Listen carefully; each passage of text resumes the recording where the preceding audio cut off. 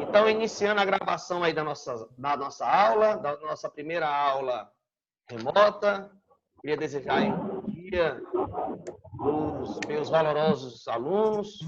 Nós temos um coro aqui bom, mas que vai aumentar, com certeza. Quero todos juntos para que a gente possa não só matar a saudade aí do rosto e da voz de todo mundo, mas que a gente possa construir aí as atividades da melhor forma possível. O nosso desafio hoje, como eu repassei para vocês em um vídeo, né, em que só eu falo, né, esse vídeo agora é para que a gente mantenha um diálogo, para a construção ser mais rica. Daí eu já peço de início que vocês respondam quando eu perguntar, tá? Não fiquem só calados ouvindo. A gente vai tentar fazer a mesma dinâmica de sala de aula. Eu preciso ouvir cada um de vocês para saber se vocês estão entendendo. A partir do momento que vocês não entenderem, vocês podem falar: professor, não entendi essa parte. Volta um pouquinho aí, me esclarece mais um tiquinho, para que a gente possa continuar, tá? Eu vou fazer a abordagem do material, né, que é o capítulo 6º do Alienista, como uma ficção que retrata mais ou menos o que a gente está vivendo hoje, tá? Após essa apresentação, eu vou abordar matérias de informação jurídica, ou seja, textos que são publicados como informação jornalística de fatos jurídicos, ou decisão jurídica, ou decisão do Congresso, do presidente, de governador, de assembleia, para que a gente vá compreendendo toda essa construção jurídica que está sendo feita sobre essa situação nova, novíssima, aliás, nunca vivida na humanidade, que é essa pandemia, certo? E a gente tentar ou conseguir fazer esse paralelo entre a ficção, vamos supor que seja um filme, chamado Alienista, em que o médico vai buscar tratar da sanidade mental das pessoas da cidade dele, certo? Se a gente visse um filme desse ou uma série com essa roupagem, como a gente faria esse paralelo, né? Essa analogia entre o filme, que é o texto, né? O alienista, e a realidade que a gente está vivendo. Então, o nosso trabalho é esse: buscar a realidade fictícia, aliás, buscar na ficção um paralelo com a nossa realidade. Porque é isso que a ficção se compromete a fazer: construir um mundo paralelo, construir um mundo imaginário para que a gente possa ser capaz de nos prepararmos para uma realidade não parecida, né, mas aproximada dessa ficção.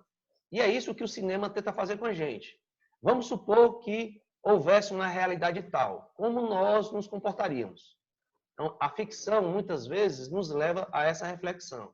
Se isso acontecesse, o que é que nós faríamos em situação parecida? Certo? Ok? Vou começar agora a compartilhar a tela para a gente ver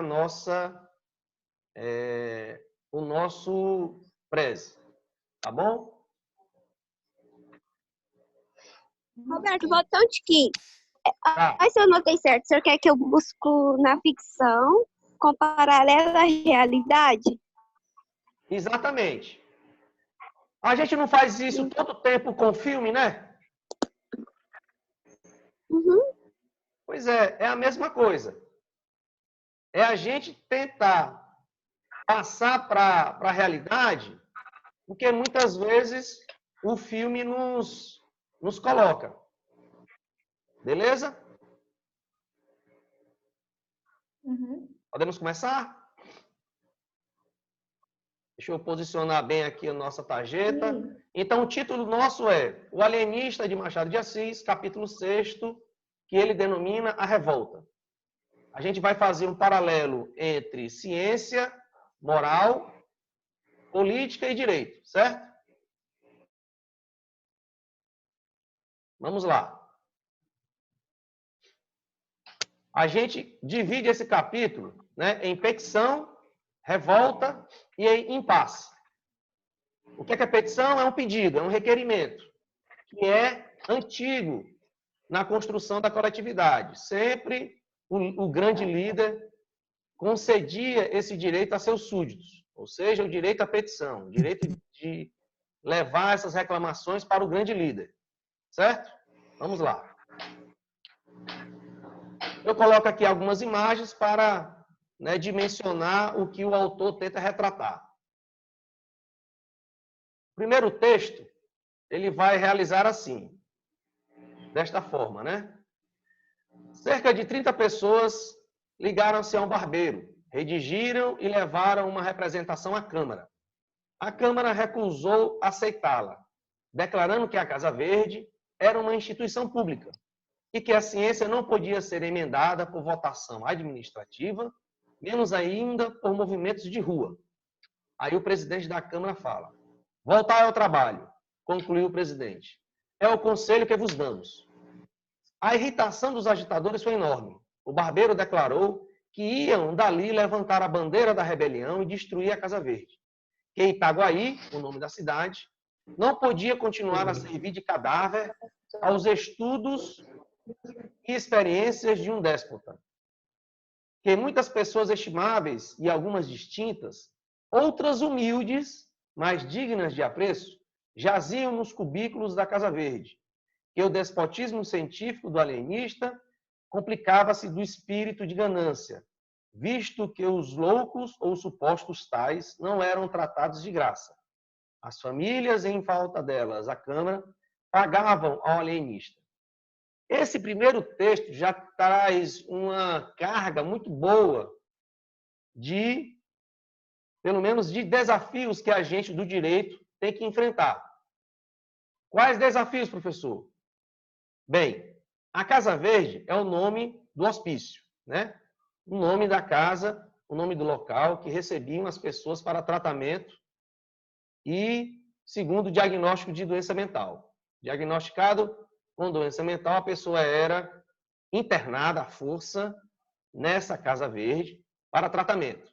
Então, é uma espécie de quarentena, tá? A pessoa fica internada para tratamento e de lá só sairia após alta médica, né? Após estar curado ou reabilitado.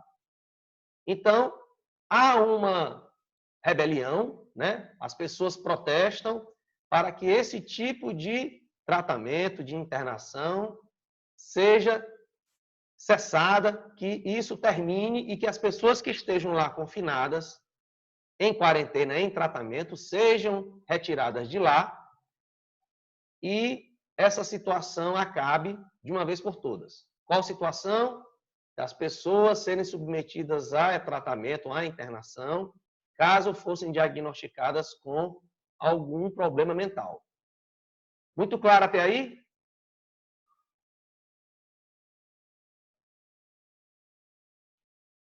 Estão ouvindo? Muito claro até aí? Sim. Sim. Podem dar esse retorno para mim, que eu preciso desse retorno para saber que vocês estão entendendo, tá? Então, assim, vamos supor que eu tenha leis que determinam que a pessoa diagnosticada com alguma doença mental seja internada para tratamento.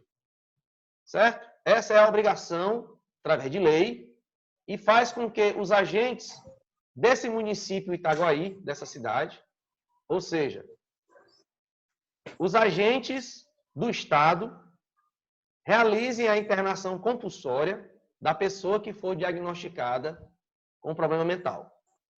E isso já está tudo resguardado por lei, a Câmara já decidiu assim, e os agentes do Estado assim procediam. Quando a revolta chega à Câmara, ela coloca petições, pedidos, requerimentos, né? Olhe, vocês têm que terminar com esse procedimento. Aí o que é que o presidente da Câmara fala? Olha, eu nem vou aceitar o pedido de vocês, né? Que fala assim, a Câmara recusou aceitá-la, declarando que a Casa Verde era uma instituição pública, ou seja, era um órgão do governo. E ele complementa, além disso, ou seja, o órgão do governo não pode ser governado mediante ações populares, ou seja, eu quero que seja assim, outro grupo chega, não, eu quero que seja de outro jeito. Tem que haver uma conduta prevista, determinada em lei, para que o órgão público funcione. E não condutas que o povo aqui e acolá diga qual é a melhor forma de funcionamento, ok? Então, além dele declarar que era uma casa, uma instituição pública, o presidente da Câmara diz mais. Alô? O presidente da Câmara diz mais. Olhe, a ciência não pode ser emendada por votação administrativa. O que isso quer dizer? A Câmara não podia dizer o que a ciência deve fazer. Está bem claro? Como assim? Ora, a Câmara não pode colocar uma lei dizendo o que são as questões científicas. Por quê? Porque a própria ciência Professor, é que... Oi.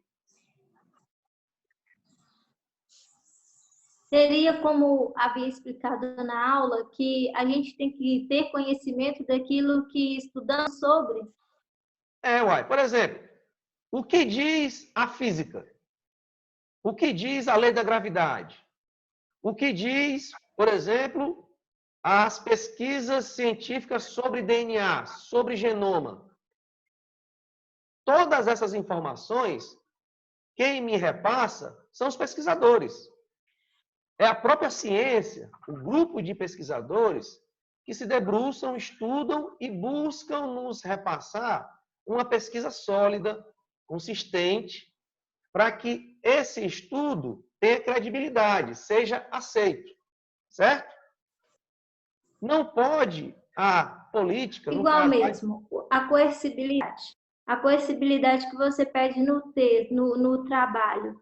É uma lei que pode ser submetida para quê? Para que parem os representantes de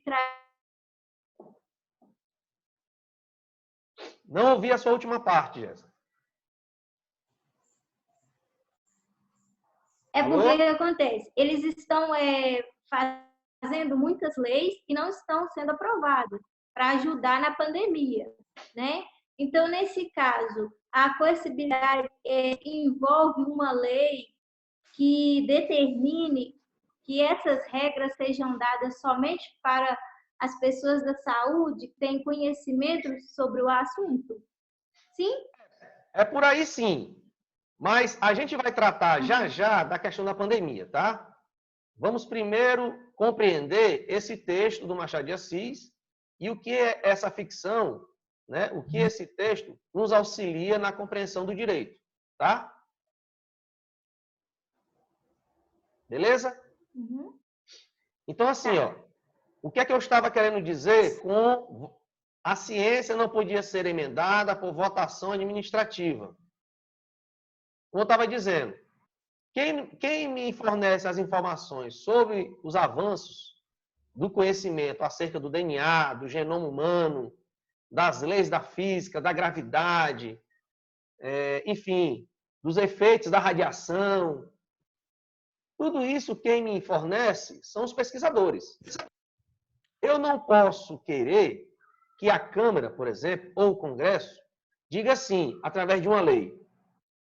O Congresso decreta, artigo 1º, a lei da gravidade deixa de existir. Portanto, ou a lei da gravidade ou a gravidade passa a ter a metade da sua força. Compreende?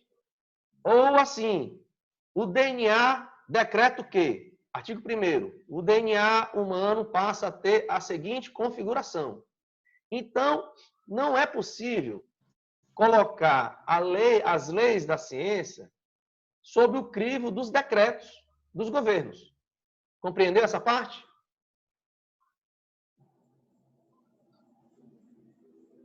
Compreendido aí? Não, explique de novo, por favor. Eu não posso compreender a ciência a não ser pelas pesquisas científicas que os estudiosos realizam. Por exemplo, os pesquisadores... Hã? Estou entendendo. Ô, professor, Oi. é igual o caso da Coronel, quando ela falou no caso da Suzy lá? É até mais complicado, sabe? Por quê? Porque o conhecimento científico, pelo menos do ramo desse nível de pesquisa, nos coloca totalmente à mercê desse conhecimento. Por quê? Porque eu, por exemplo, não entendo nada de pesquisa de DNA, né? A não ser os próprios especialistas que se debruçam sobre esse conhecimento, sobre essas pesquisas, conhecem a fundo, né, as leis ou os ditames desse ramo específico da ciência, tá? Biologia micromolecular, voltada para o conhecimento do DNA humano. Então, são eles que nos fornecem esse conhecimento. Do mesmo jeito que os físicos é que nos fornecem os entendimentos sobre o átomo, por exemplo, sobre a radiação. Não é possível uma lei tratar assim, ó. Artigo 1º. A radiação, sei lá, a radiação solar deixa de existir, vamos supor. Será que isso seria possível? Cachorra? Eu vi. Estão ouvindo aí? Tô travando um pouco. Estão ouvindo? Então, assim... Sim. Então, assim... Então, assim, ó, não é possível que uma lei científica seja modificada por uma lei jurídica. Ou seja, vamos supor que o Congresso diga assim, a partir de hoje, o sol vai se pôr meio-dia. É possível que aconteça? Não. Não, né?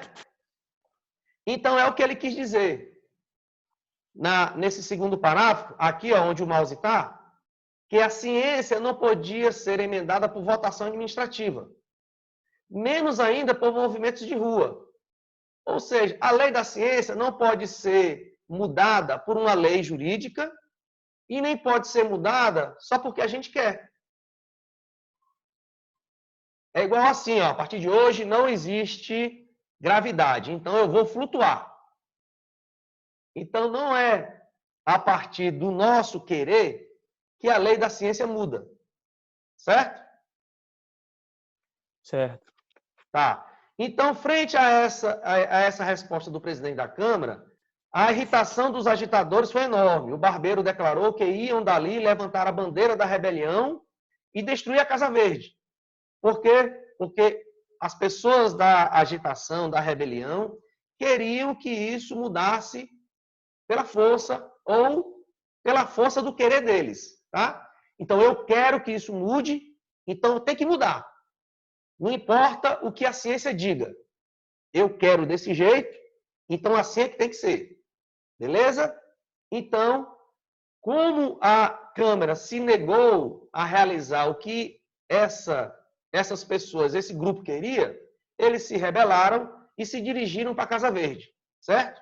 Casa Verde é a casa, o manicômio. Beleza? Sigamos no texto. Aqui eu coloco uma ilustração para mostrar como uma Câmara recebeu essa petição e como é que ela resolveu, ou como é que ela votou. Ele falava assim, não, o barbeiro não. O alienista não está agindo por ganância.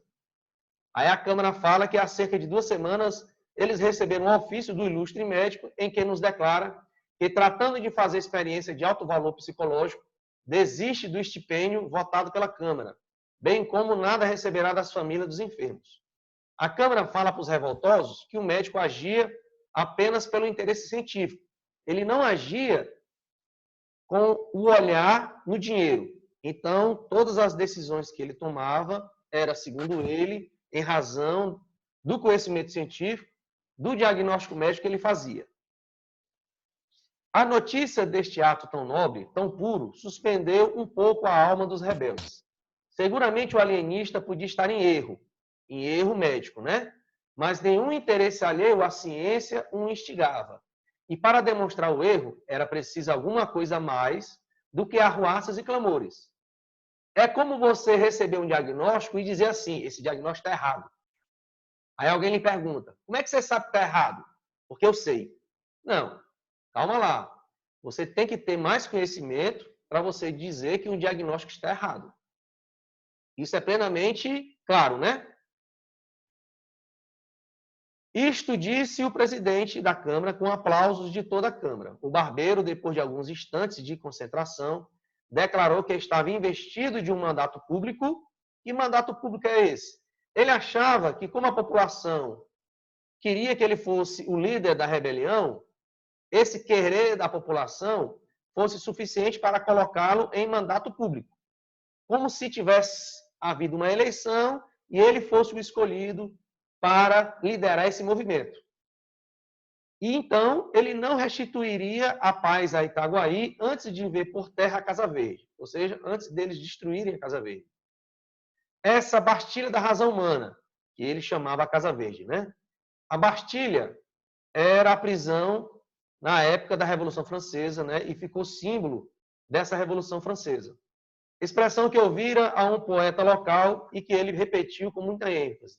Disse, e a um sinal, todos saíram com ele, todos revoltosos, né?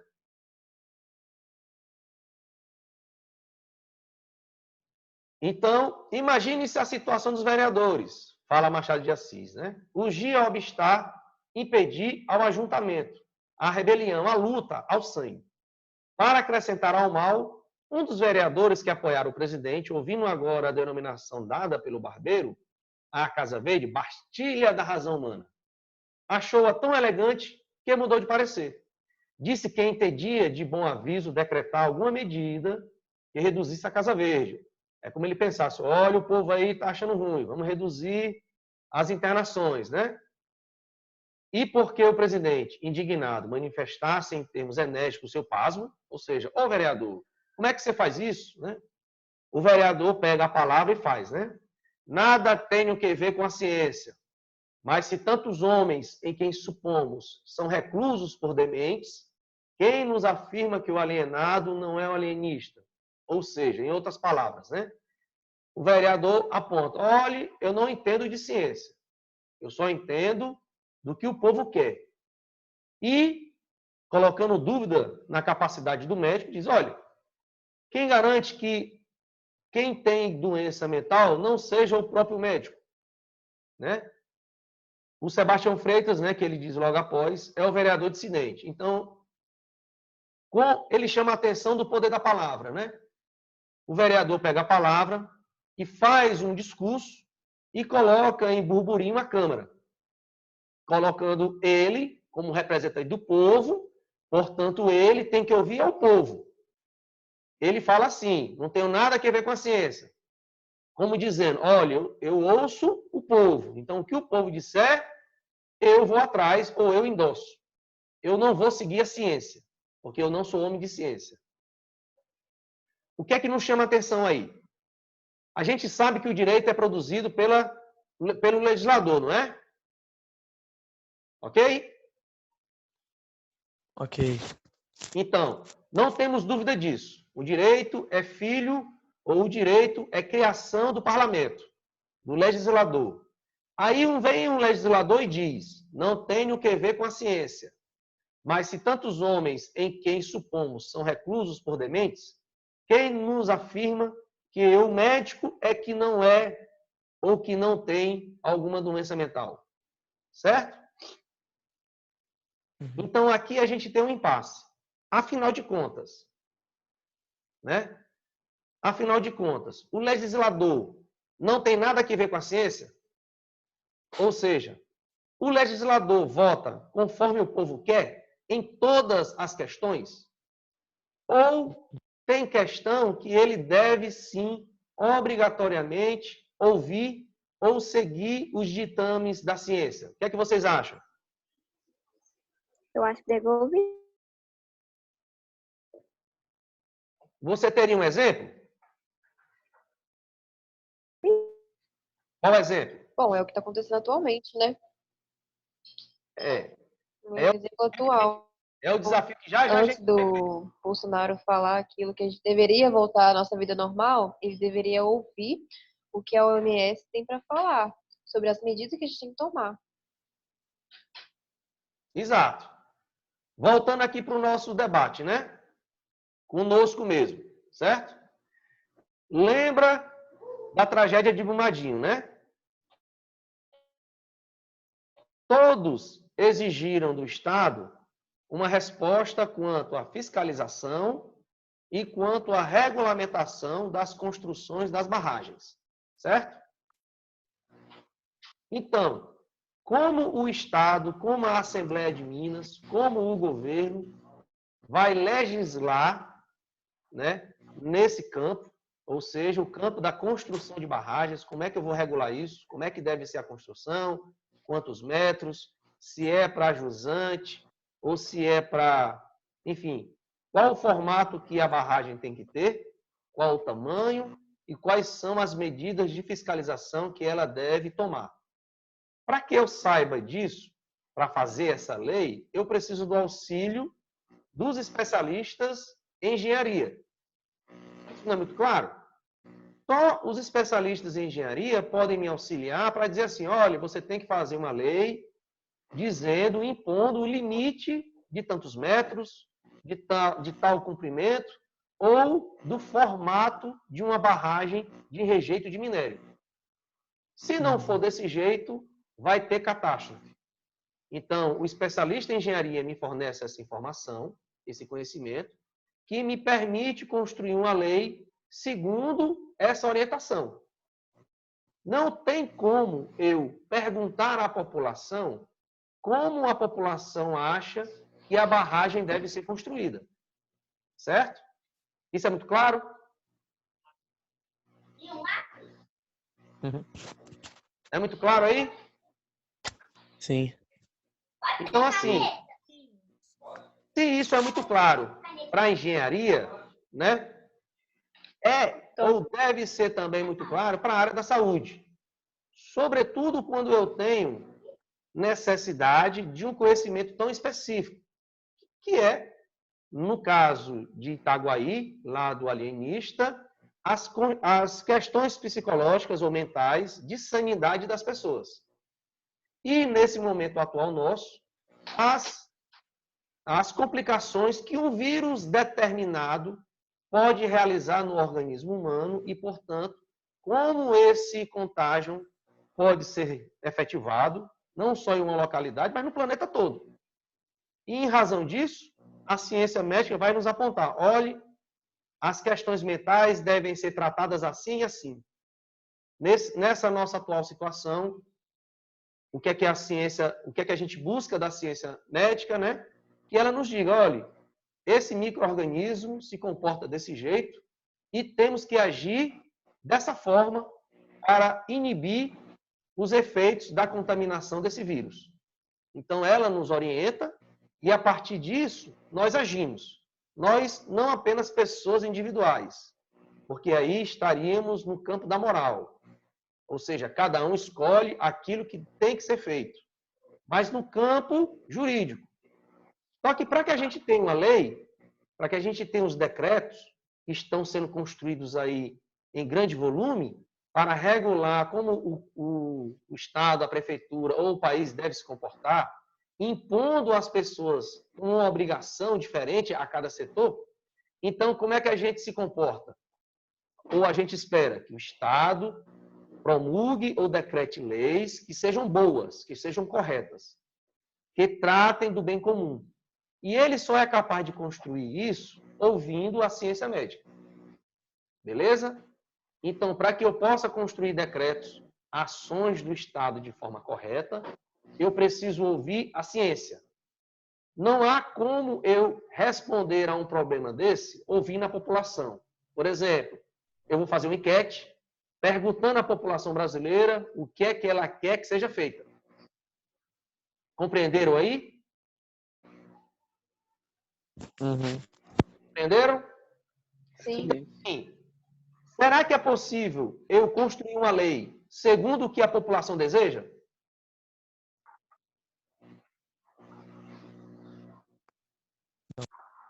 Jéssica, Paula? Não, porque não tem Eu? conhecimento, Não, não tem né? conhecimento jurídico para determinar. Mas Então, assim, olha, como eu vou fazer uma lei, Aí professor? já está agindo com moral, né? Já está na parte moral. Exato. Como é que eu vou construir uma lei, professor? Só no que eu quero? Ou só no que a minha cidade quer? Mas os senadores não, necessariamente não têm, tipo, saber jurídico. Eles não são formados em advocacia e, mesmo assim, eles têm poder em fazer leis.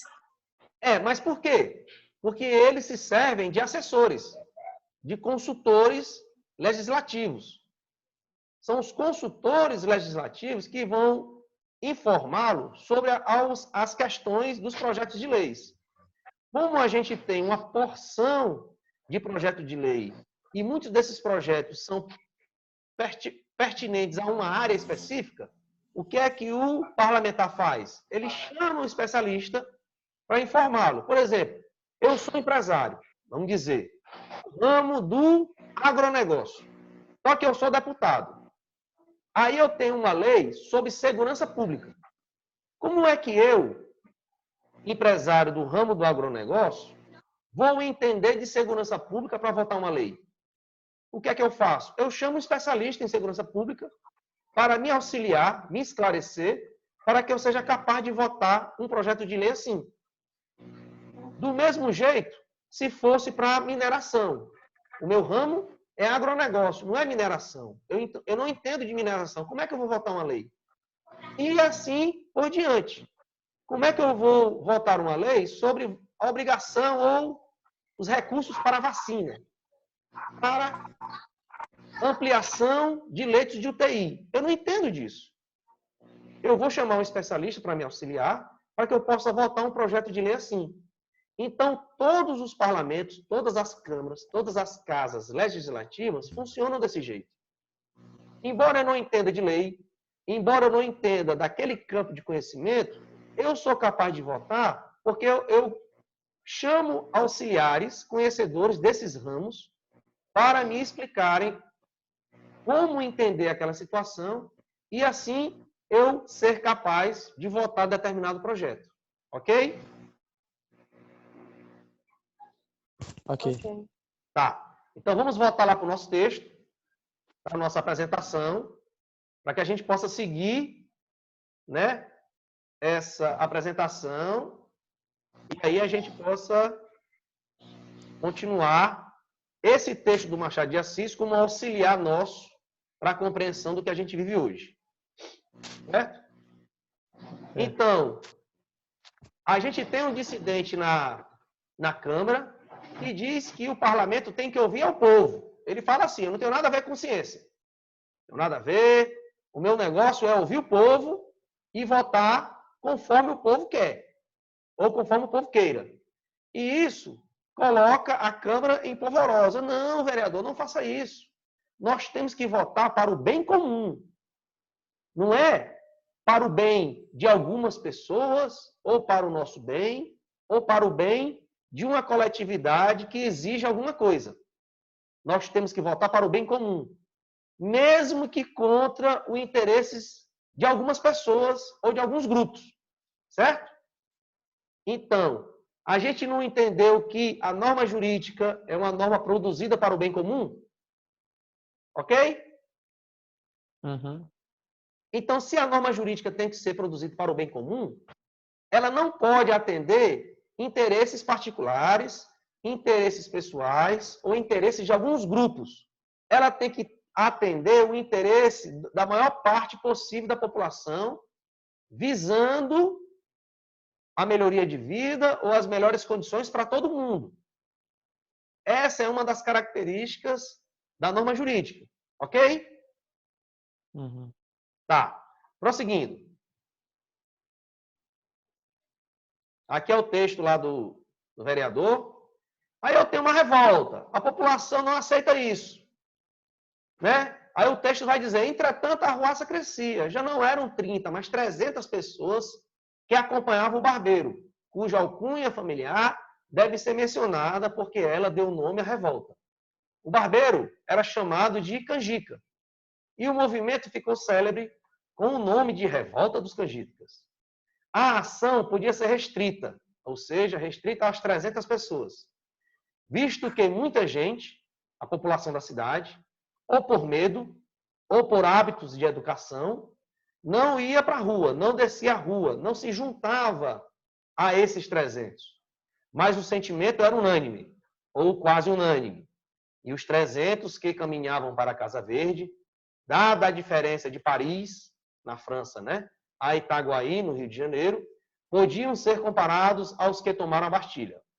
Ele faz uma referência aqui aos que tomaram a Bastilha como a Revolução Francesa, tá? Então, lembra das manifestações que aconteceram no Brasil? Lembram? Sim. O que é que todo mundo dizia? Não, é a população brasileira que quer. Aí o pessoal, não, mas peraí, a população brasileira são 200 milhões de pessoas. Não tem 200 milhões de pessoas nas ruas. Mas aí alguns diziam, não, mas essa população que vai à rua é o pessoal mais corajoso. Muita gente que queria a rua não vai por medo ou por hábito. É o que o Machado de Assis quer dizer. Olha, a rebelião reflete o que todo mundo está pensando. Né? Embora muita gente fique em casa e só alguns estejam na rua reivindicando, mas ela representa muita gente. Não foi isso que se dizia? Ok? Ok. Então, assim, aqui o Machado de Assis vai retratar uma vida caseira, né? Um hábito das famílias nobres que colocavam escravos à sua mercê, não só para fazer roupas, mas para servir alimentos, enfim, ficar ao serviço da casa. Aí aqui a dona Evarista é a mulher do médico, né? Enquanto ela se preocupava com roupas, né? Uma criança, um adolescente escravo vem avisar de rebelião. Ela fala, não, deve ser uma patuscada, e não dá importância, se preocupando com os alfinetes da costura dela, né? Então, a gente tem aqui uma troca de diálogo, colocando as questões da escravidão na casa e também colocando as preocupações de uma senhora de casa. Aí até que um adolescente fala, não é patuscada não, senhora. Eles estão gritando, morra o doutor Bacamarte, o tirano, dizia o moleque assustado. Aí o que é que a dona da casa fala? Cala a boca, tolo. Benedita, olha aí do lado esquerdo. Não parece que a costura está um pouco enviesada? Então a senhora da casa continua a se preocupar com as roupas, embora a rebelião fosse para a casa dela.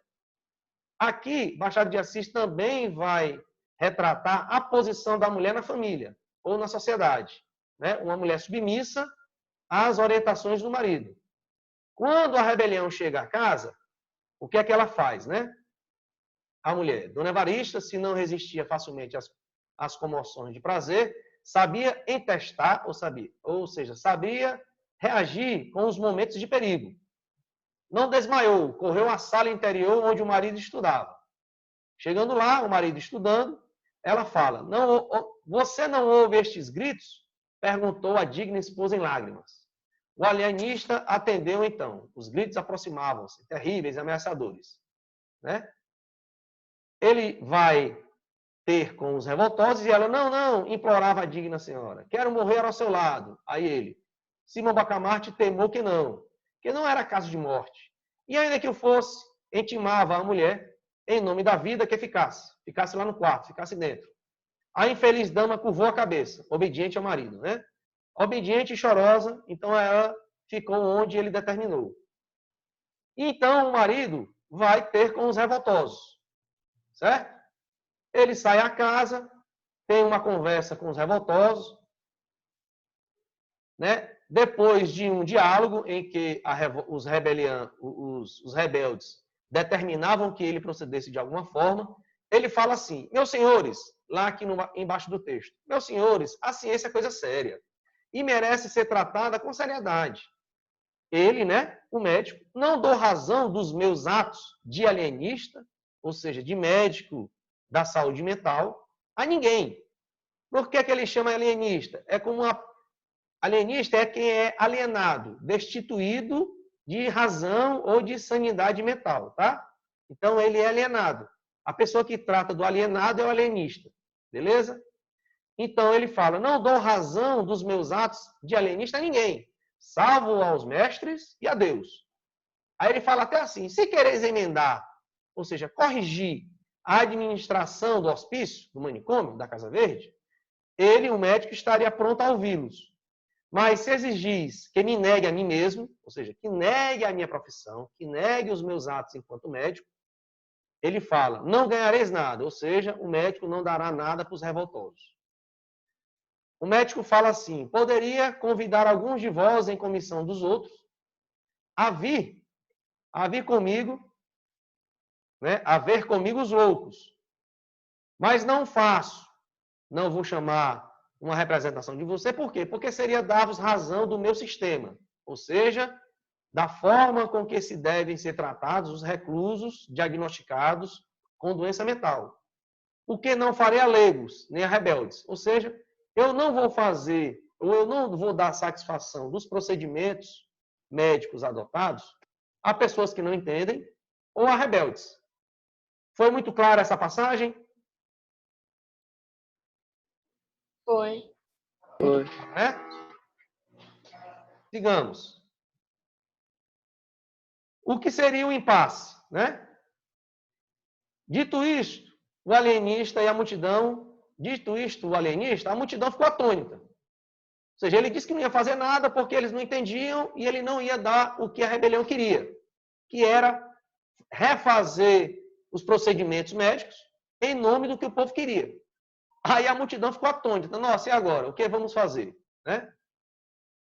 A gente tem esse texto aí, né, colocando como a rebelião se comportou frente a essa questão, ou seja, frente à negativa do médico de fazer o que a população queria. Porque ele disse, não, eu só faço aquilo que a medicina ou que a ciência determina. O procedimento é esse, o tratamento é esse, então é isso que eu tenho que fazer. Eu não vou fazer o que vocês estão exigindo que eu faça. Ok? Claro aí? Sim. Claro, né? Lá no final ele fala, a multidão agitou-se, murmurou, bradou, ameaçou, congregou-se toda em derredor do barbeiro, que era o líder da rebelião. Era a revolta que tornava-se da ligeira síncope, ou seja, do ligeiro estado de sem ter o que fazer. Não, e agora? O que é que vamos fazer, né? E ameaçava arrasar a Casa Verde. Vamos, bradou Porfírio, agitando o papel. O Porfírio era o líder da rebelião, o barbeiro. Então, ele agitando o papel, mandou ou chamou para que todos fossem arrasar a Casa Verde. Aí todos repetiram, né? Vamos, repetiram todos, vamos derrubar, destruir a Casa Verde. Aí, deteve, essa multidão foi detida por um incidente. Qual incidente? Era um corpo de dragões que, a marche, entrava na Rua Nova. Ou seja, o que isso quer dizer? Era a força pública, né? Os dragões, o exército daquela época, ou a gente pode dizer, a força pública que ia frente à população revoltosa. Como é que a gente pode retratar hoje? É uma rebelião, uma revolta, uma manifestação muito forte na rua e chega a tropa para confrontar essa multidão. Entendido? Sim. Então, essa característica da norma jurídica é conhecida há muitos séculos. Qual característica, professor? A norma jurídica, ela tem como característica principal a sua coercibilidade. Ou seja, a lei deve ser cumprida e deve ser observada por todos. Quem não a observar pode ser punido. Não só pode, como deve ser punido. E quem vai fazer essa punição são os agentes da força pública, os agentes do Estado. Pode ser o Exército, pode ser a polícia, contanto que seja o braço armado, né? A força pública. Então, a coercibilidade é uma das características fundamentais da norma jurídica. Ok? Uhum. Entendido? Sim. O sim de todos aí, sim, né? Cadê o povo, meu Deus? Queridos alunos, estão aí? Estamos. Tô aqui, tô Então, aqui. assim, no final, gente, no final, para vocês compreenderem todo o texto, ele utiliza muito, né, denominações do sistema de justiça da época. Por exemplo, o que era o cargo de juiz de fora? O juiz de fora representava o quê? O juiz de paz era quem? Como era estruturada o judiciário ou o sistema de justiça nessa época? Eu coloco aqui esses links para auxiliar vocês nessa pesquisa. Aqui é uma pesquisa para que você compreenda melhor o sistema de justiça da colônia, ou seja, do Brasil colonial, do Brasil na época da colônia de ser submetida a Portugal. Então, a gente tinha uma estrutura judiciária, que eu coloco aqui esses dois links para vocês pesquisarem, certo? Mais para aprofundamento de conhecimento. Então, quais são as análises possíveis? Quais pontos devemos retirar para o nosso debate? Alguém já sabe?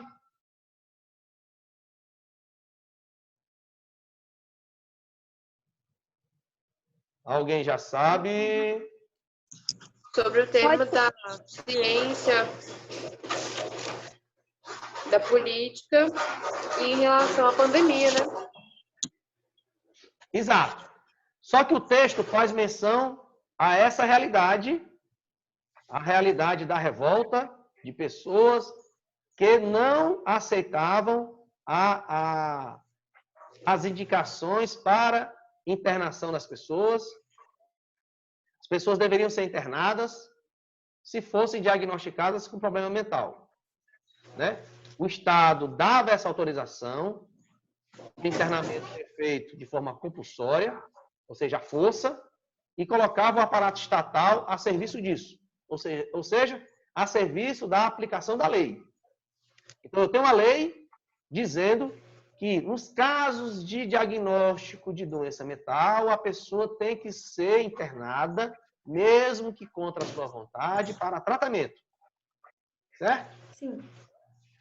Então, era isso o que o médico fazia, foi isso o que a Câmara lá garantiu, mesmo frente às pessoas que protestavam.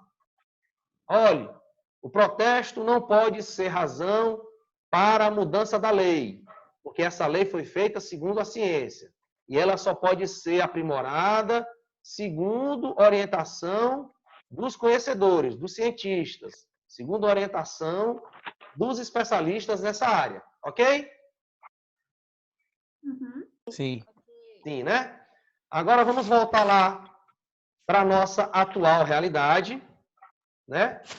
Vou fechar aqui o nosso Prezi e a gente vai para as nossas...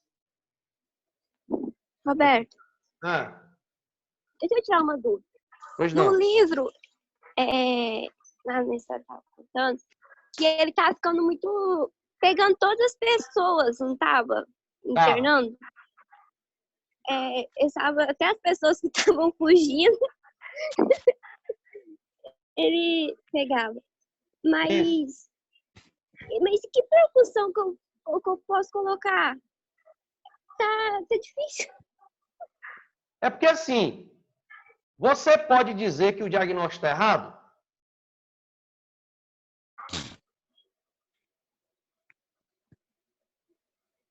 Hein? Posso não. Pois é. O que a gente pode fazer hoje, quando a gente vai para o médico, é diagnosticado com alguma coisa, o que é que a gente pode fazer? Rapaz, eu vou procurar outro médico para saber se esse diagnóstico está correto. Não é isso que a gente faz? Uhum.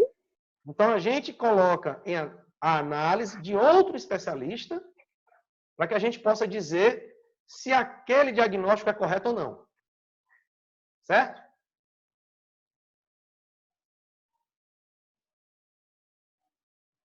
Ok? Sim. Tá, sim. Obrigada. Então, vamos aqui para a nossa realidade atual, né? A gente tem, em seção histórica, está dando para ver aí a tela? Sim. Então, em seção histórica, Senado aprova calamidade pública contra a Covid-19. Ó, o pessoal lá do Senado estava votando do mesmo jeito que a gente está fazendo aqui, tá? Através de Zoom, do aplicativo Zoom. Beleza? O que é que o Senado faz? O Congresso, né? O Senado. Primeira votação remota em plenário nos 196 anos da instituição passa no teste e garante rapidez na aprovação do decreto para enfrentar a pandemia causada por coronavírus. Por unanimidade, o Senado Federal aprovou nesta sexta-feira, dia 20, em votação remota, o projeto de decreto legislativo que reconhece que o país está em estado de calamidade pública em razão da pandemia do coronavírus. Ele fala aqui da história, a medida foi tomada como uma precaução dos senadores engajados em evitar a propagação. A sessão de votação começou às 11 horas e durou cerca de 2 horas até a proclamação do resultado. Texto aprovado com 75 votos.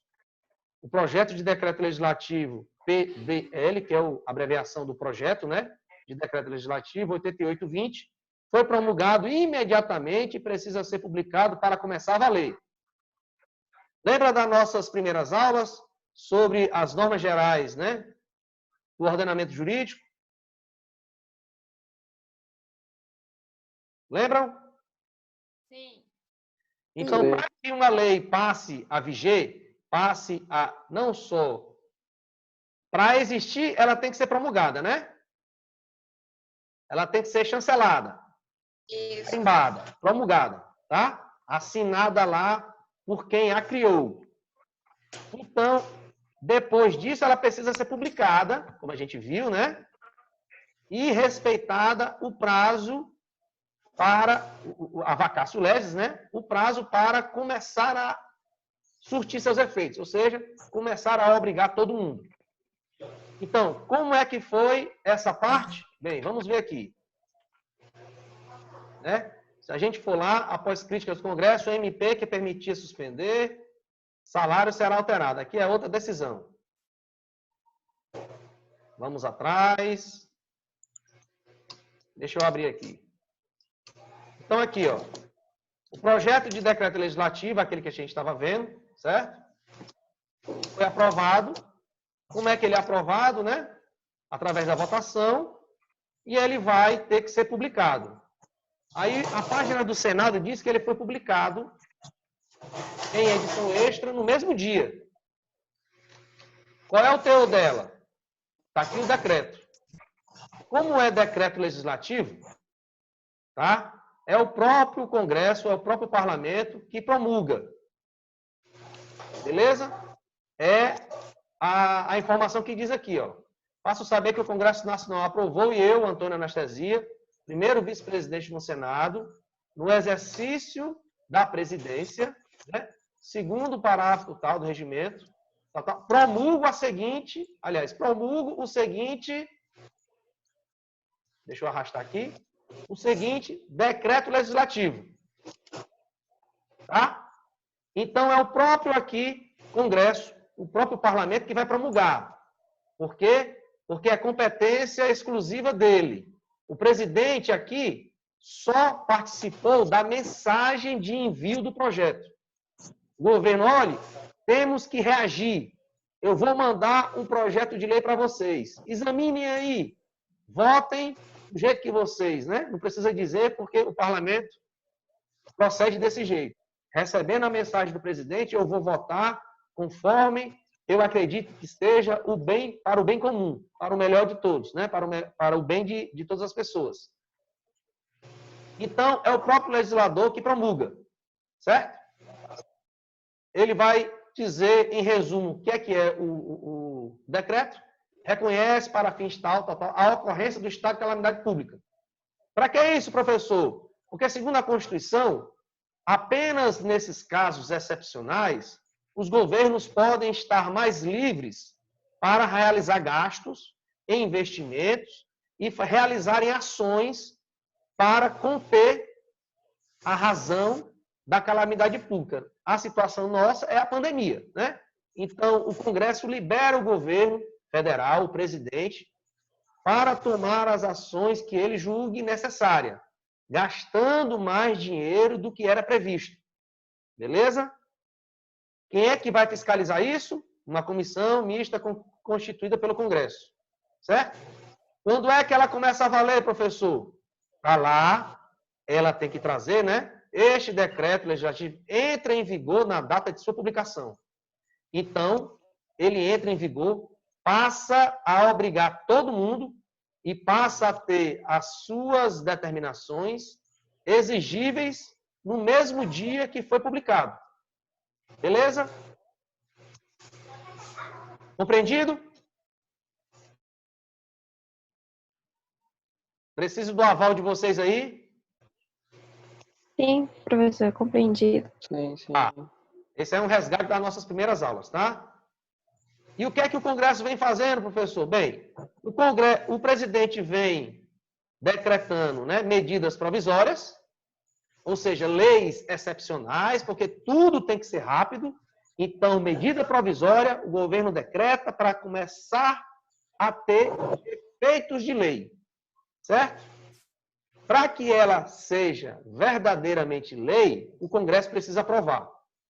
Então, o presidente está legislando através de medida provisória. Essa medida provisória tem efeitos de lei. Lembra tudo lá naquele nosso slide sobre as características formais da norma jurídica. Ou seja, eu tenho leis propriamente ditas, que só o Congresso faz, e eu tenho leis amplas, com sentido amplo, como é a medida provisória, ela tendo efeito de lei, porque só lei mesmo é aquela aprovada pelo parlamento, ok? Ok.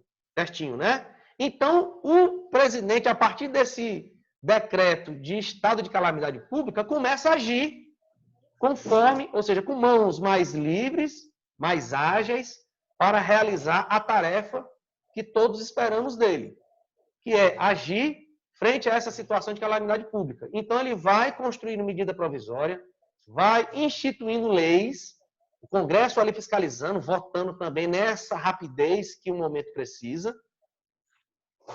Ele instituiu uma lei, uma medida provisória, que permitia suspender o salário, tá? Então, o pessoal, não faça isso. Como é que você vai suspender o salário das pessoas? Não pode.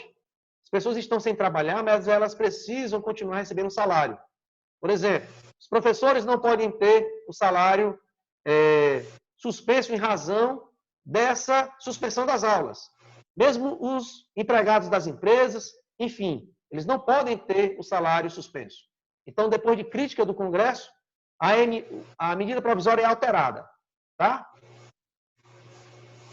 Outra, medida provisória dispensa a licitação em compras e impõe regras para limitar a circulação de pessoas. Como assim? Eu não posso mais ir e vir? Policial, não pode.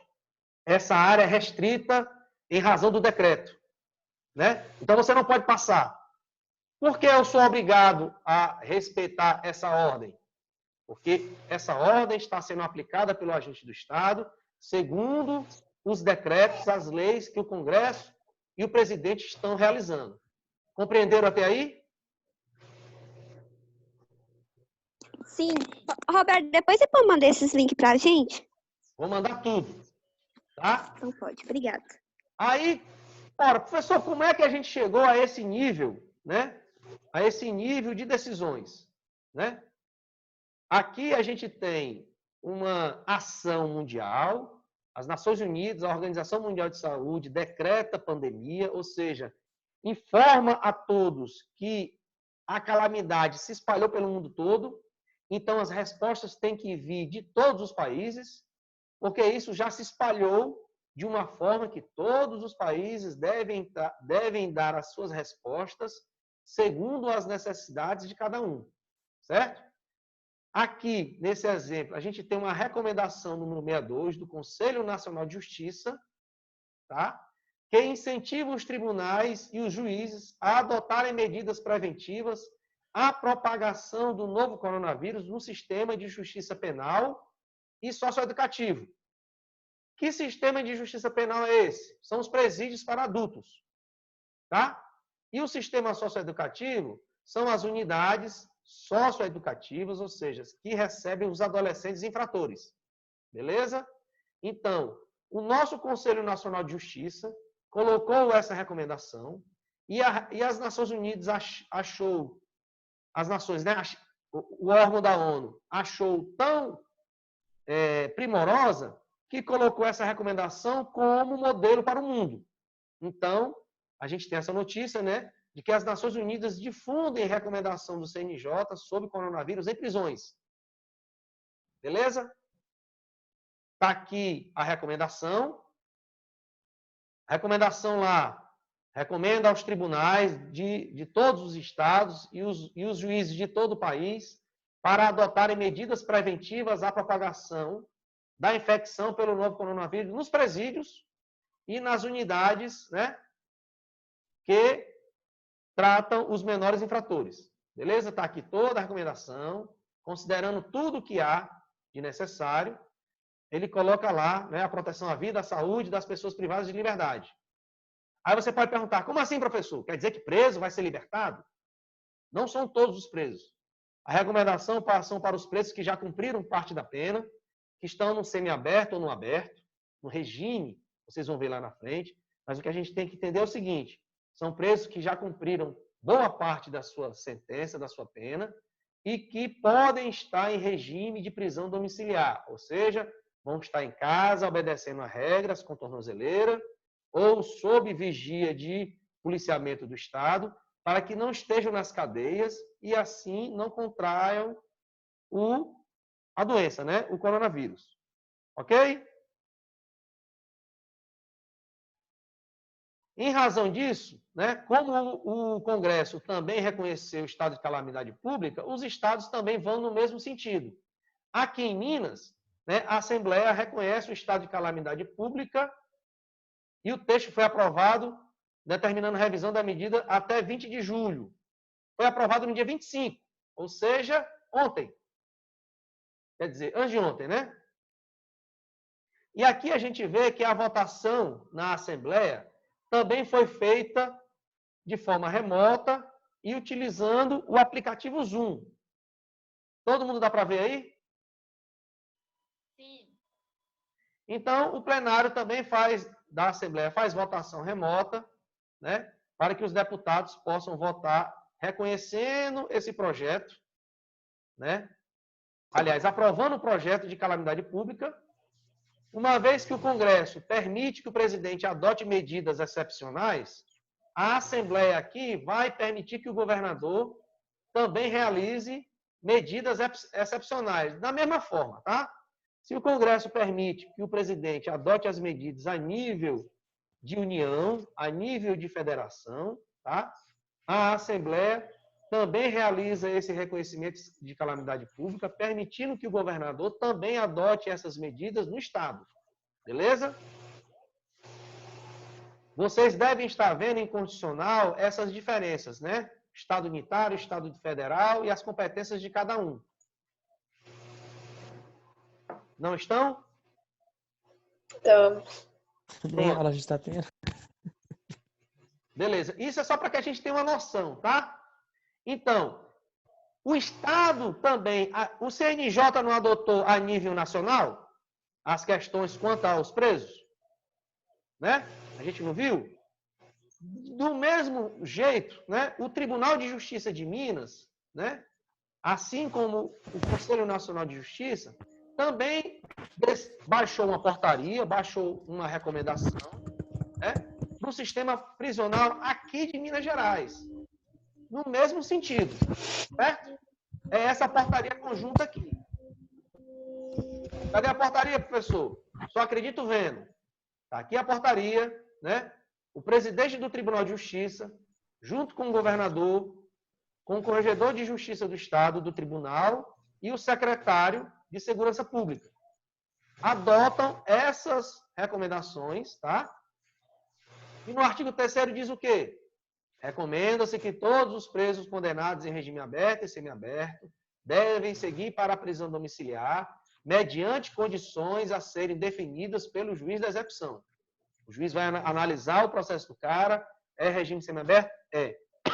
Vou determinar a prisão domiciliar, você vai ter que cumprir todas essas condições, vai usar às vezes também uma tornozeleira.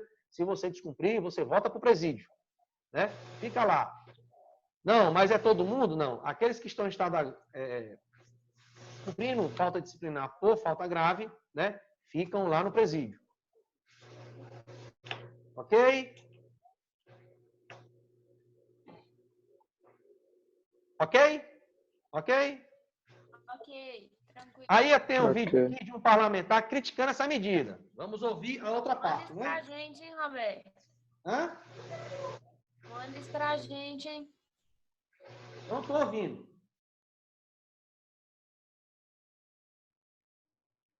Alô? Alô? Não estou ouvindo. Manda isso pra gente, hein? Vou mandar sim, pode deixar. Manda tudo em uma página lá em PDF com todos os links, tá? Aí o que é que Isso. diz o deputado frente a essa questão? Deputados criticaram a recomendação do Tribunal de Justiça ao governo para que detentos em regime aberto e semiaberto cumpram prisão domiciliar. Dá para ouvir aí direitinho? Dá. O governador Zema assina uma portaria aqui que recomenda colocar na rua, em decorrência da pandemia do coronavírus, os presos. Quem vai enfrentar é a polícia militar, é a polícia civil, é todo mundo que está envolvido nesse processo da segurança pública. Então a gente vê aqui um deputado fazendo contraponto, tá? Fazendo uma crítica a essa decisão. Deu para compreender direitinho? Deu. Tá, então aqui a gente tem outra página lá do Conjur, que eu lá pedi para que vocês pudessem ver todo dia, né? Seguir. Em direito comparado, né? Ou seja, o que é que os outros países estão fazendo em termos também de produção legislativa, ou seja, em construção jurídica. Será que é só a gente que está produzindo essas leis? Ou são os outros países também? Como é que isso acontece lá? Né? Aí a gente tem aqui um informativo dizendo que a Alemanha prepara a legislação para controlar os efeitos jurídicos da Covid. Ou seja, determinação de fechamento de empresa, impossibilidade de suspensão do pagamento dos trabalhadores, interrupção das aulas, manutenção dos contratos de emprego. Ou seja, tudo isso tem que ser regulado. Dizendo o que é que os empresários, o que é que o setor privado tem que fazer e como as relações de empregos devem ser mantidas e como os salários devem continuar sendo pagos. Tudo isso regido juridicamente. Quem descumprir vai ser pesadamente multado. Então, todos devem obedecer à regra jurídica. Não é essa uma das características da regra jurídica? Não é? Alô? Isso. Então, a gente compreende muito bem que a regra jurídica impõe obediência para todos, né?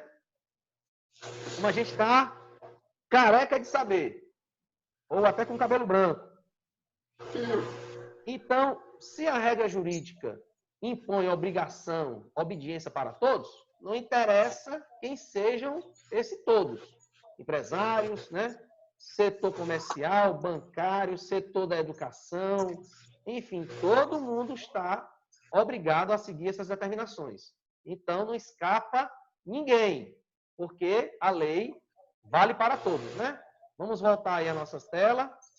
Então, a Alemanha também está fazendo isso. A partir de hoje, ou seja, dia 25 de março, a coluna Direito Comparado iniciará uma série sobre os efeitos jurídicos da pandemia, com ênfase na questão da revisão contratual, matéria tratada em diversos escritos deste colunista, né? Ou seja, a análise recairá sobre uma série de propostas que o governo federal da Alemanha elaborou para submissão ao parlamento, com vistas a adaptar a legislação aos efeitos da pandemia. Ou seja, igual aqui, lá na Alemanha, o governo também submete ao parlamento, porque isso é tradição, tá? Tradição do Ocidente. Todos os governos democráticos, né? O governo federal, os presidentes, os primeiros ministros, constroem um projeto de lei e necessariamente são obrigados a submeter à votação, à aprovação do parlamento. Depois que o parlamento aprova, é que vira lei. Depois que o parlamento aprova e que vira lei, então passa a ser obrigatório para todo mundo. Isso é muito claro, né? Ok?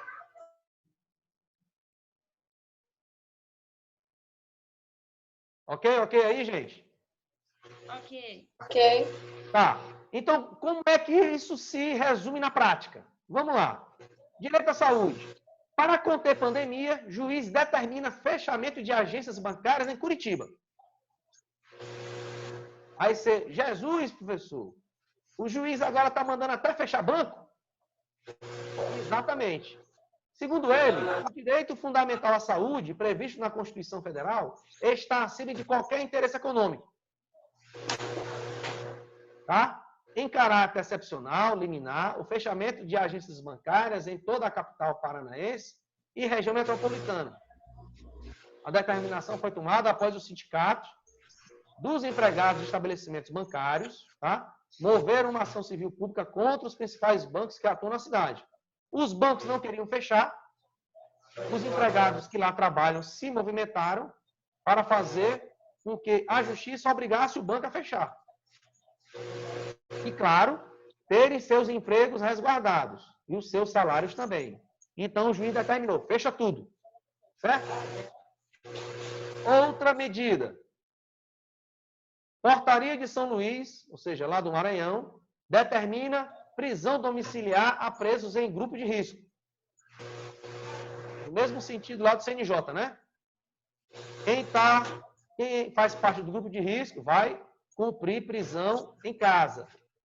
Está aqui a portaria lá, né, do Poder Judiciário do Maranhão, determinando e levando em consideração as recomendações dos profissionais de saúde, né? Prisão temporária domiciliar, né, por 30 dias. Aí ele vai dizer lá como é que vai ser. Aqui, né, o ministro do STJ, com base em recomendação do CNJ, o ministro Nefe Cordeiro afasta a preventiva. Como assim? Ele não vai conceder prisão preventiva para a pessoa que foi presa com tráfico ilícito de drogas. Por que, professor? Isso é um absurdo. Bem, segundo a recomendação, os crimes cometidos, né, sem o cometimento de violência ou grave ameaça, podem ficar com prisão domiciliar. Beleza? Esse é o entendimento do judiciário. Certo? Você pode até discordar. A questão é, quais são os fundamentos da sua discordância? Por que as pessoas presas com tráfico ilícito de drogas têm que ficar presas, mesmo se o crime foi feito sem violência ou grave ameaça? Tá? Continuando. Aqui o Tribunal de Justiça concede habeas corpus coletivo, ou seja, para todo mundo que estiver nessa situação, e autoriza a prisão domiciliar para os devedores de pensão alimentícia. Certo? Ou seja, as pessoas que estão presas porque não pagaram pensão alimentícias vão sair dos presídios, das cadeias e vão ser presos de forma domiciliar. Vão ficar em casa, seguindo aquelas obrigações, aquelas determinações, por vezes até usando tornozeleira, tá? Aqui, novamente, é aquela portaria lá do governo do Maranhão. Aqui, lá no Rio de Janeiro, né? O decreto inclui a advocacia no rol de atividades essenciais e, em razão disso, o advogado passa a ter livre locomoção.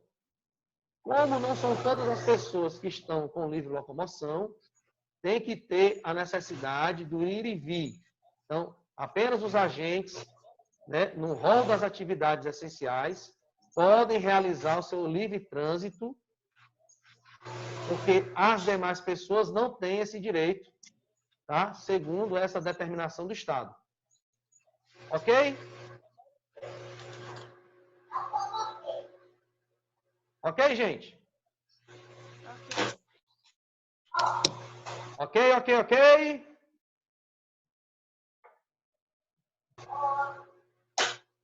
Não estou ouvindo vocês. Ok. Ok. Olha, preciso aí desse retorno de vocês, tá? Até agora, compreenderam tanto a questão tratada no livro, no conto, lá o alienista do Machado de Assis, como as questões jurídicas que estão sendo desenvolvidas na atualidade? Sim, Tá dando para isso ficou entender? bem claro. Tá dando para entender? Sim. Tá, vamos para o nosso último texto. É só uma provocação, tá, gente? Eu tenho esse livro aqui, ó, tá? Chamado Desobediência Civil. Tá? Desobediência Civil. Na primeira página do livro Desobediência Civil, a gente vai ter o autor dizendo assim, ó: o melhor governo é o que menos governa. O que é que vocês acham? Não presta atenção. Hã? Pode repetir, por favor? O melhor governo é o que menos governa. Está aqui no texto, tá vendo? Uhum. Então, ele completa. O melhor governo é o que não governa absolutamente nada. Tão logo os homens estejam preparados, esse será o gênero de governo que terão. No melhor dos entendimentos, o governo nada mais é do que um artifício conveniente. Ora, o que é que o autor imagina assim? Ora, se a população fosse tão evoluída, se nós tivéssemos uma sociedade civil plenamente capaz, plenamente ciente de suas obrigações, o Estado não precisaria estar tão vigilante, o Estado não precisaria ter tanta força coercitiva para fazer com que as pessoas governem a si mesmas, pautadas nas leis. Deu para entender? Faz sentido isso. Mas é aquela pergunta: será que estamos evoluídos, preparados nesse nível para... Isso é muito top também, né? essa um dos conflitos para dizer qual é a teoria do Estado, a teoria dos governos, por que é que eles são essenciais, por que é que eles são tão necessários. Então, será que é tão necessário mesmo a força pública? Será que é necessário tanto policial na rua? Será que é necessário um aparato judicial e repressor tão grande? Ora, será que a gente não pode seguir a lei por nós mesmos? Será que a gente não é capaz de seguir uma vida boa, uma vida digna? Só que a gente sabe que vida boa, vida digna é o âmbito da moral, né? O que eu escolho de digno e de bom para realizar no meu dia a dia. E como é que eu me comporto na coletividade? Isso é a moral. Outra será que eu tenho a maturidade para cumprir as leis direitinho, conforme a lei determina, sem a necessidade do Estado estar me vigiando? Será que eu sou capaz de fazer isso? Professor, eu sou até capaz, mas eu não sei se os outros são capazes. Então, eu acho que é preciso, sim, ter uma força pública, ter policiais nessa quantidade, ter um judiciário nessa quantidade, para fazer valer a lei e para punir as pessoas que não cumprem as leis. Isso é claro? Sim. Claro, né?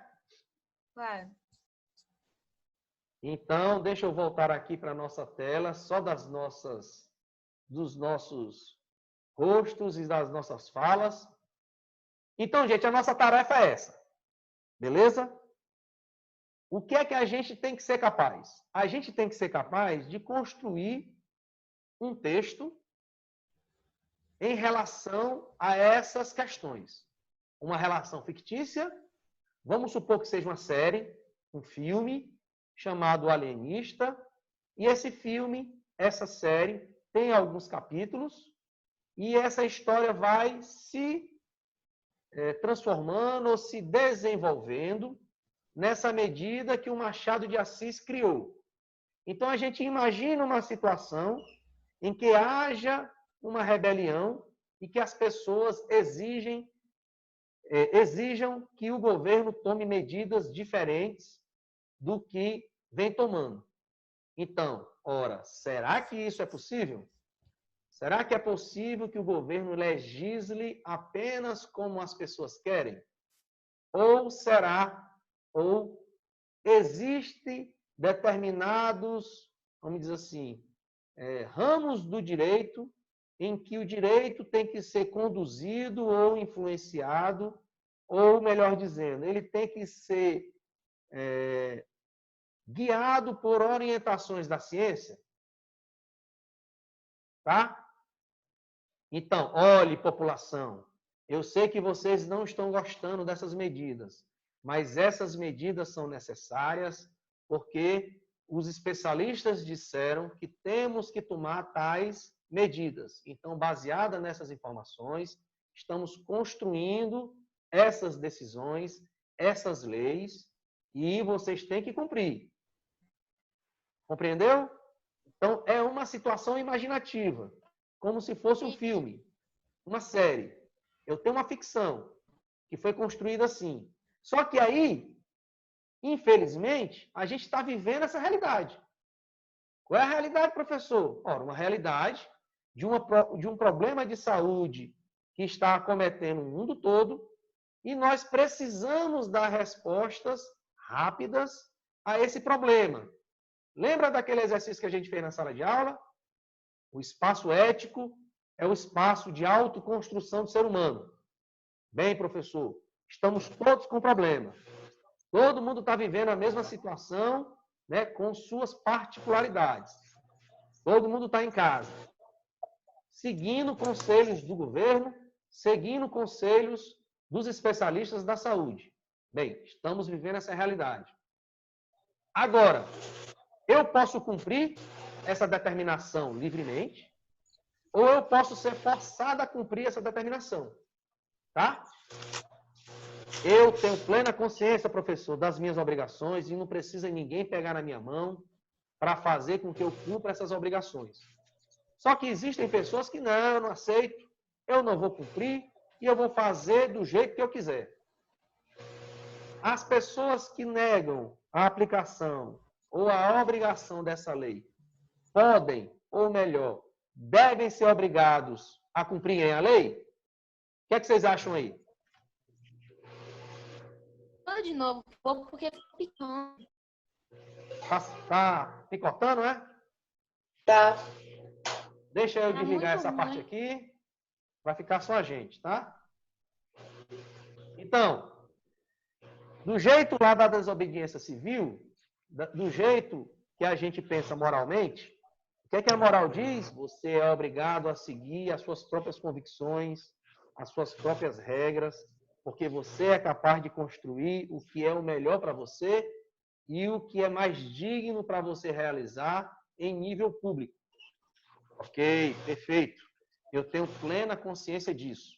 Eu sou um ser moral, ajo pelas minhas convicções, eu só vou fazer aquilo que eu acho correto para mim e digno da minha pessoa, digno das minhas realizações para os outros. Tá, esse é o espaço da moral. Beleza? O que é o espaço do direito diz? Não, não depende só de mim, porque isso tem que ser para o bem público, o bem coletivo. Então, a norma jurídica tem que ter como característica ser criada para o bem comum, para o bem de todos. Então, mesmo eu não querendo, eu sou obrigado a aceitar a determinação da coletividade. Ou seja, uma das regras da norma jurídica não é a heteronomia. Heteronomia, hetero, o outro, é a lei do outro. O outro aqui é a coletividade. Então, a coletividade decidiu, mesmo que eu seja contra, eu sou obrigado a seguir. Tá? Como assim ser contra, professor? Moralmente, eu não concordo. Mas, como é uma decisão coletiva, eu sou obrigado a seguir. Tá? Então, uma das características da norma jurídica é a heteronomia. E, Professor, ah, dá para correlacionar também o fato, o valor e a norma da situação. exatamente. Eu tenho um fato. Qual é o fato, gente, hoje? Pandemia. Certo? Isso. O fato é a pandemia. Qual é o valor que a pandemia traz como choque? O valor é a vida, a saúde das pessoas que tem que ser protegida. Beleza? Uhum. E a norma que vem ao socorro dessa questão tem que ser construída observando esse valor, a vida e a saúde das pessoas, um bem máximo a ser protegido, frente a esse fato, que é a pandemia. Então, a norma jurídica vem confrontar esse fato cruel, que é o micro-organismo atentando, atingindo a vida e a saúde das pessoas. Como é que nós podemos reagir?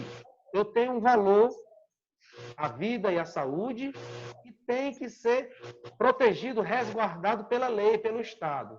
Então, a norma jurídica vem ser construída para defender esse valor, defender o valor vida, defender o valor da saúde.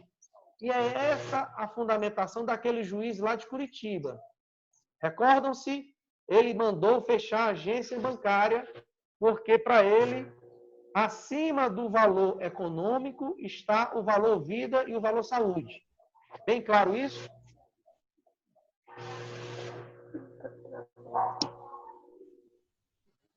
A pessoa está travando. Vamos de novo. O fato e o valor e a norma. O fato não é a pandemia? Ok? Ok? Ok. O fato é a pandemia. Qual é o valor? O valor não é a proteção da vida e da saúde? Ok? Isso. E qual é a norma que tem que ser construída para confrontar esse fato, que é a pandemia, e, ao mesmo tempo, proteger, fazer valer os valores da vida e da saúde? Então, eu tenho que construir uma norma que ataque essa realidade, ataque esse fato, protegendo o valor vida e saúde. Ok? Ok? Ok.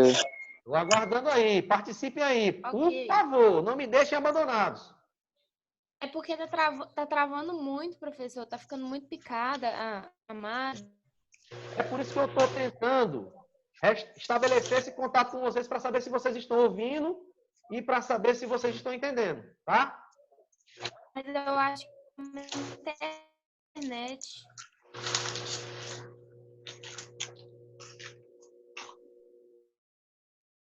Preciso repetir de novo a questão do fato, valor e norma?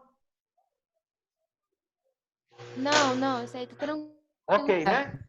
Então, assim, tudo isso gira em torno dessa questão. A norma tem que ser construída como? Para proteger o valor de saúde. Eu tenho que enfrentar um fato. Eu tenho que enfrentar uma realidade. Proteger a vida, proteger o valor. Não foi esse o fundamento do juiz de Curitiba que determinou o fechamento das agências bancárias? Ele diz que acima do valor econômico está o valor vida e saúde. Não foi assim? Foi. Então, pronto. O nosso desafio é esse, tá? Construir um texto, fazendo essa relação da ficção, do conto, da história lá do Machado de Assis, com a nossa realidade. É como se a gente fosse interpretar um filme. Olhe, assisti um filme, li um livro, que tem tudo a ver com a nossa realidade. Lá no livro, eles tiveram esses problemas. Se a gente tivesse um problema parecido hoje, na realidade, como deveria ser o nosso posicionamento? Como deveria ser a nossa atitude? Está dando para compreender?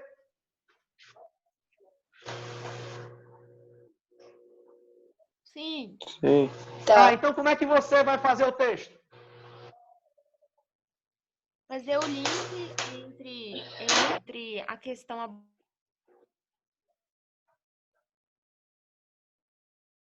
Alô?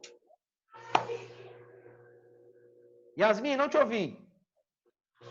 É fazer uma abordagem que faz o link entre o alienista, os pontos em paralelo entre o alienista e a situação atual do Brasil, fazendo uma relação direta com o direito à ciência e à pandemia. Exato.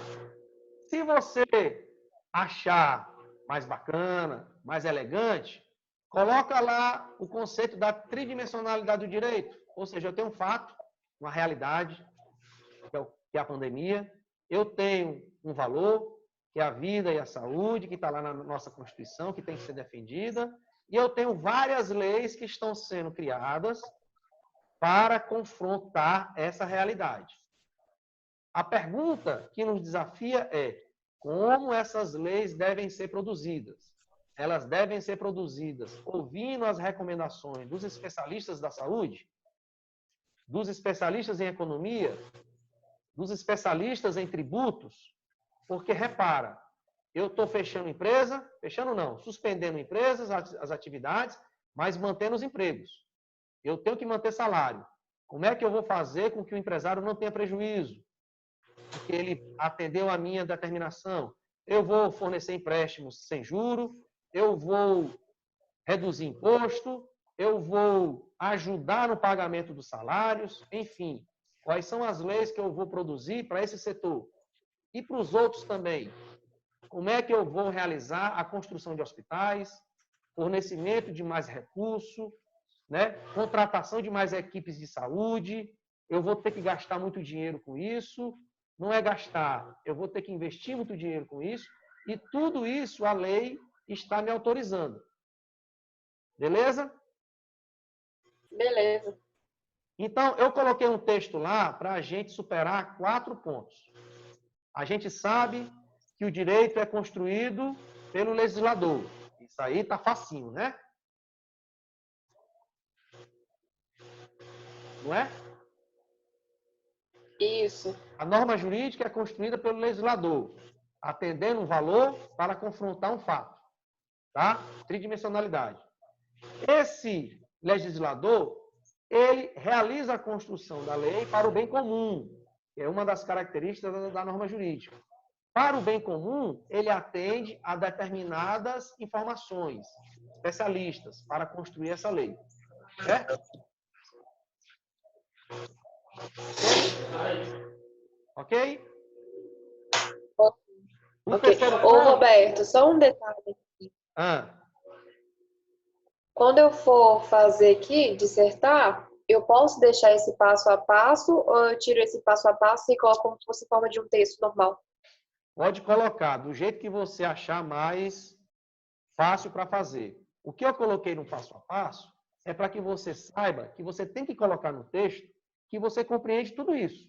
Olha, eu sei que a lei é fruto, é criação do parlamento. Eu sei que o parlamento tem a obrigação de criar leis para o bem comum.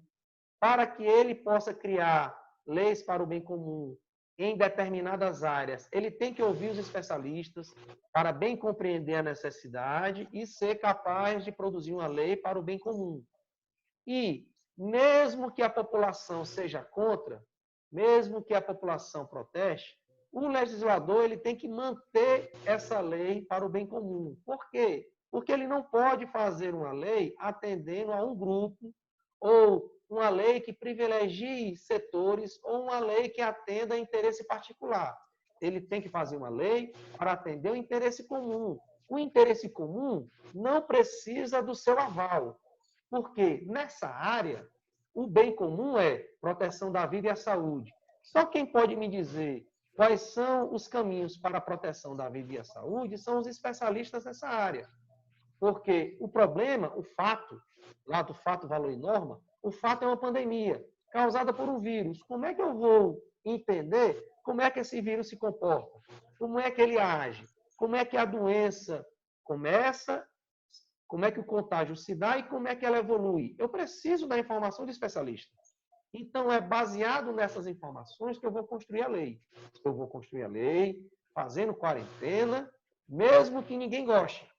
Ora, ninguém está gostando da quarentena. Eu estou com saudades de dar aula para vocês, ter esse convívio com vocês nos corredores da faculdade, poder dar uma aula direto para vocês, próximo, olhando no rosto, na reação de vocês. Só que eu não posso. Eu tenho que seguir a determinação do governo. Nós todos temos que seguir a determinação de quarentena. Como é que a gente cumpre da melhor forma possível? Bem, eu vou ficar em casa, vou. Mas como é que as minhas aulas continuam? Eu vou ter que fazer um esforço, utilizando a tecnologia.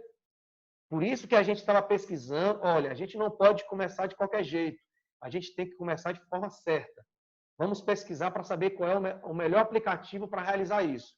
Pesquisamos e o melhor aplicativo que todo mundo está mencionando é o Zoom.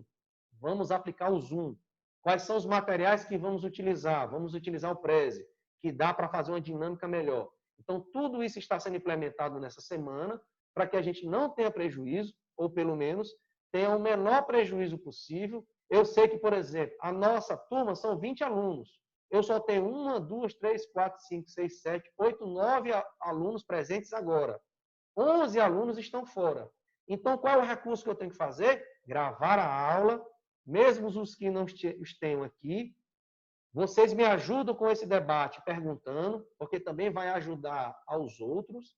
Eu vou gravar essa aula e disponibilizar lá no YouTube. Vocês vão receber o link e podem assistir novamente essa aula na parte que vocês tiverem dúvida. Então, o nosso objetivo é esse: sermos capazes de produzir um texto. Lembra que essa não é a tarefa do operador do direito, do profissional do direito? Ser capaz de raciocinar, de pensar e produzir um texto. E ser capaz de repassar para o vídeo, para a voz, esse texto. Então, estamos praticando aqui um conhecimento que não seja capaz de produzir um texto escrito e, após o texto escrito, sermos capazes de sustentá-lo oralmente, ou seja, de produzir um vídeo. Professor, eu vou fazer aqui um vídeo do meu jeito, tá? Não venha querer que eu seja uma atriz assim, um sustentador oral excepcional. Eu vou fazer da melhor forma possível. É isso que eu estou tentando construir com vocês, tá? Fazer com que a gente seja capaz de construir um vídeo, uma sustentação oral da melhor forma da gente. Para isso, eu tenho um texto escrito que me ajuda muito. Eu tenho um roteiro ali e eu vou fazer a sustentação. Imagina o pronunciamento que o presidente da República fez. Ele chegou ali, ele tinha um texto, ele tinha informação e fez a sustentação oral dele. Fez o pronunciamento. A gente vai fazer a mesma coisa, com um vídeo curto mesmo, um vídeo de 1 minuto, né? 50 segundos, 1 minuto e meio, do tamanho que você for capaz de fazer, tá? Eu continuo aqui disponível, nem que a gente faça um vídeo só nós dois, o aluno que tenha mais problema, mais complicação, para a gente ser capaz de construir esse vídeo, tá? Diga lá, Yasmin. Tem problema se o vídeo for um pouco mais longo? Tem problema nenhum, é até melhor. É muito conteúdo essa questão aí dessa relação. Aí o meu vai ficar longo. Aí o senhor falou essa questão. Não estou te ouvindo, Yasmin. É que o senhor falou essa questão de ser 1 minuto e meio. E eu fiquei com medo, porque pelo andar da carruagem, o meu vai dar bem mais do que isso. Melhor ainda. Não tem problema não, né? Melhor ainda. Então, o que a gente tem que ser capaz de colocar no texto essa questão, sermos capazes de interpretar um texto, um vídeo, um filme e associá-lo à realidade. Pessoa chá comigo, e eu sei bem direitinho ver um filme e comentar para alguém meu: olha, o filme tem tudo a ver com a realidade. Então, é assim que eu vou fazer, tentando elaborar um texto bacana. Elaborei um texto bacana, vou fazer o meu vídeo, vai ficar redondinho, vou mandar para o professor, vai ser ótimo, tá? E eu vou continuar aqui auxiliando vocês. Amanhã a gente tem uma aula. É para mandar no seu privado, então? Ou então você me avisa, professor, estou com um vídeo, como é que eu envio? Aí a gente vai conversar sobre isso. Amanhã a gente continua a nossa aula naquele tópico lá entre direito e moral, certo? Para ser uma continuidade das questões que a gente está abordando aqui. Beleza?